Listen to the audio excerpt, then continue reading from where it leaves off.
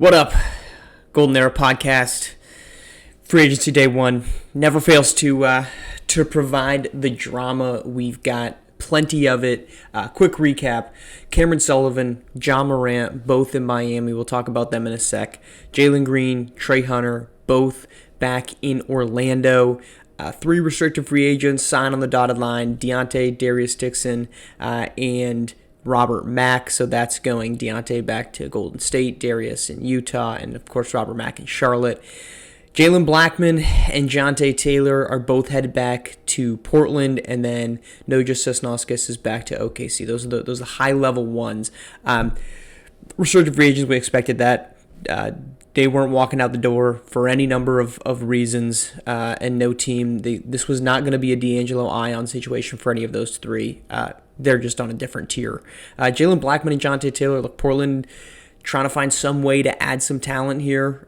They got Taylor at last season's trade deadline. He was their second best scorer in the playoffs. That's not a great thing for Portland. They've publicly tried to go out and get pieces. They got Evan Mobley. He hasn't quite turned into the elite second offensive piece that they need, but Jalen Blackman was a good pickup. He's a starting caliber point guard. It feels like this is still a team that has a lot of work to do.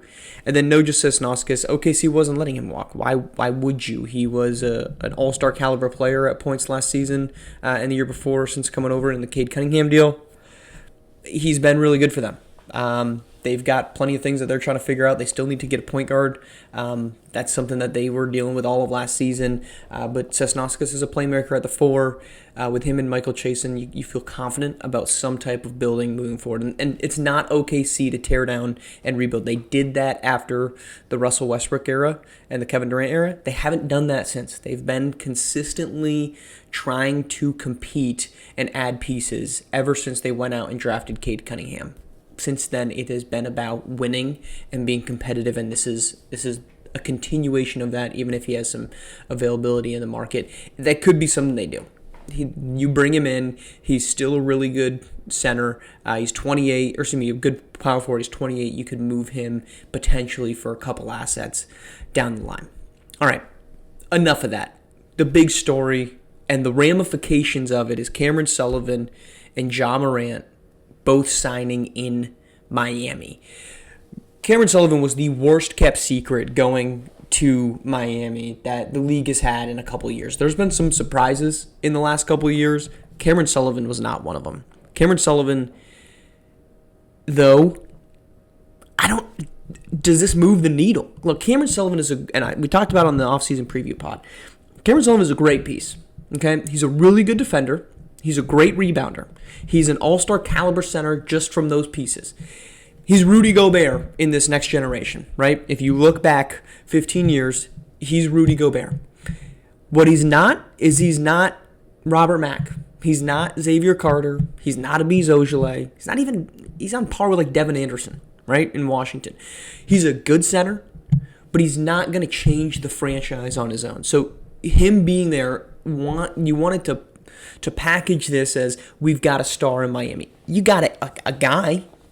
He's an all-star, technically, but he's not a star. And so getting Ja Morant as the second piece, that got a lot of momentum in the recent days. So really leading up to free agency, that's not a total shock that Ja Morant goes there. What's shocking is that he leaves Memphis, but Memphis has done nothing to bring him back and make him believe this team can compete, because they went out, they got Luka Doncic last summer. This team still didn't make the playoffs. Their defense was atrocious. They went out and traded for Sasha Kasparov. That didn't change things. Even in a play-in environment, the Memphis Grizzlies couldn't get into the play-in. I think that says enough. And Ja Morant is one of those legacy players. He could have been Dirk. He could have been Kobe. He could have been Steph. The best comp would have been Dirk. But he played last season with Luka Doncic, who could have been Dirk as well. Both of them have now moved on to a second team, and it feels destined, and we'll get to it, but Doncic is probably headed to a third. For Miami, though, are they contenders? Look, Ja Morant's really good. 30 points, 9 assists a year ago. If he played more games, he probably had a very good case for All-NBA, but his team needed to win more. But he was incredible last season. Cameron Sullivan has proven he can be a good pick-and-roll guy and the anchor of a defense. If you expect him to average 17 points per game, I think you're being a little aspirational, but he's a piece there that's still really good, and he had a great NBA Finals when the Cavs won it. But what else do you have? Your two rookies, or your two pieces that you've drafted in the top 6 in the last 2 years, Deontay Wilkins and Benjamin Porter, have done next to nothing. You just drafted Damian Pack and Isaiah Quinn. Pack, you like, he's the local story. He would have been better served on a roster that was not trying to win now, but he's still really high upside. But that's 4 guys on your roster that are in their first 3 years in the NBA. That's not typically how you build a championship team. You've got Andrew Watkins. That was their big piece that they got. He's now a restricted free agent. I'd expect him to return. But he's probably your 3rd best player. And what is he? He's starting caliber. I don't think he's much more than that. I think you like him at your 3, which is where they'll play him. I don't think you go nuts with him as your 3. But I don't know that we're suddenly a contender in Miami because you won free agency day 1. I don't think you now win 50 games because of this.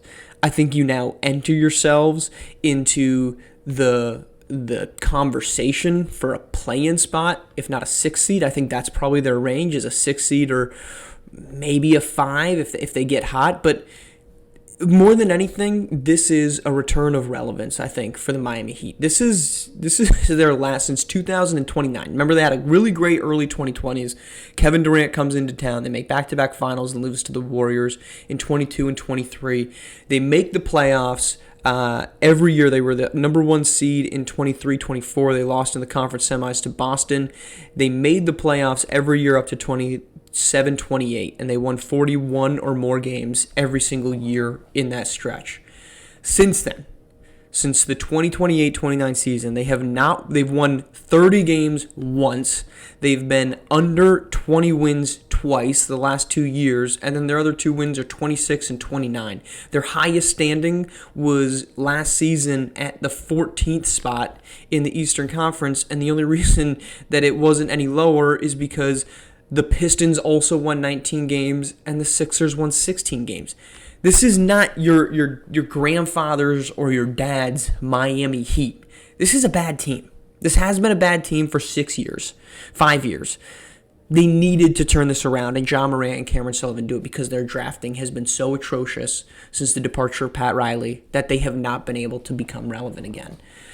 Now, what's the ramification? Let's start in Memphis. Luka Doncic is out the door. There's no way, in my opinion, that Luka returns. He went to Memphis to play with Ja Morant. Ja Morant is quite literally not there anymore. Luka Doncic is gone.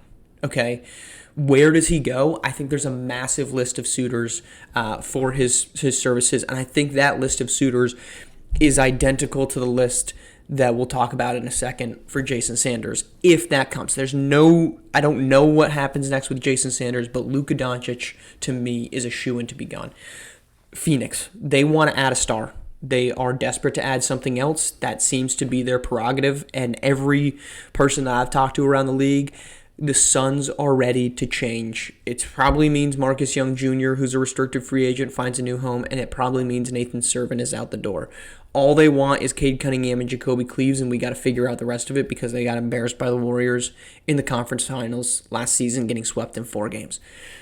That could make sense. They need another playmaker. They need somebody who has been there, and this team made a complete turnaround from where they were with Jacoby Cleaves to where they were once Cade Cunningham survived. Just taking a look here at their history. Give me 1 second. Great podcasting right here. Okay, they didn't make the playoffs any time since 2019 and 20, all the way through 2030-31. The most wins they had in that span was 37 wins in 24-25. Then the 3 years prior to Cade Cunningham's arrival, winning games of 21, 28, and 28. This team was bad. That was with drafting Jacoby Cleaves, with drafting Michael Chasen, Noja Sesnoskas, Nathan Servin, Javon Shumpert, Carson Hughes. Those are good basketball players. They weren't a good basketball team. As soon as Cade Cunningham arrived, they won 54 and 57 games, made back-to-back conference finals. So this is a team that's proven that they can add in a veteran and make another leap. They now need to make that other leap. So Luka Doncic would make a ton of sense there. I think the Boston Celtics would make sense for Luka Doncic. They lost Kareem Robinson to free agency. They retooled a little bit to bring in Trayvon Bukes. or rather move off Trayvon Bukes to bring in Latrell Appling. But this is Amari Swift and it's Xavier Carter. Swift needs some other offensive help. This team doesn't quite have it. Another team, Charlotte. Charlotte would make a lot of sense for Luka. Robert Mack and Jonathan Malheur, they need another guy on the wing that can score. That's their biggest issue right now. Luka would immediately answer that question. But I don't think there's any debate that Luka Doncic is out the door at some point this summer. Where that is, I don't know. Jason Sanders. Look, Sanders signed a 5-year deal last season. If he comes in and demands a trade for an organization that he has probably the second best standing behind only LeBron James, he's got the only LeBron NBA championship, the only LeBron NBA finals trip in franchise history. He's got a finals MVP, multiple-time All-NBA. There's nothing that he hasn't done for the city of Cleveland. But there's no leverage for him if he wants out. Yes, public perception might be, hey, this was a good run, we can move on. But he's 29, in the middle of his prime. The Cavs don't have a lot of tools, right? They had 3 of their 5 starters from last season's team are free agents. They've already lost one of them in Cameron Sullivan. Onyeka Okongwu and Tyrese Halliburton are the other 2. They don't have a lot of young pieces. LaMelo Ball is your starting point guard, and it's Jason Sanders. And then what? Last season was a departure of what we've expected from them in terms of overall. They were 49 wins, considered to be maybe a fringe contender, but they got just beat up by Orlando in the first round. They didn't even win a game against Orlando after they beat the Bulls by 5 to get the 7 seed. This team has a lot of pieces that they need to add, and they don't have a lot of resources. They don't have a ton of picks that would be of any value for teams as they moved some of them to bring in pieces, particularly LaMelo Ball, which was a signing trade. They don't have a young player that you can build a deal around. They don't have a lot of contracts that you can build a deal around. So any team that needs a guy or that has a guy worthy of giving up for, they want a haul, and the Cavs don't have the haul for. So to me, I wouldn't be surprised if this is a long stalemate between the Cavs and Jason Sanders in terms of how do we figure this out. According to reporting from The Athletic, Tom's Varania, they aren't even meeting. If those two teams, if Jason Sanders and the Cavs aren't meeting, to me that means there's no real future of a deal, right? He's in Phoenix. It's where he lives. It's where he grew up.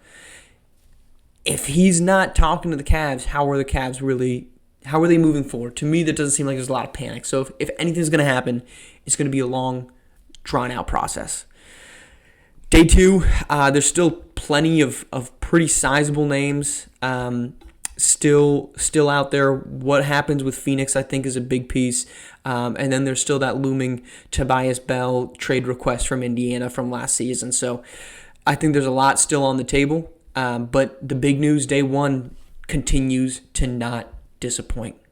Thanks for tuning in. We'll probably check back in once some things happen, or just at the end of free agency. Summer league's kicking off soon. Actually, already kicked off, and Cavante Kennard looked like the number 1 pick as people expected. So let's roll.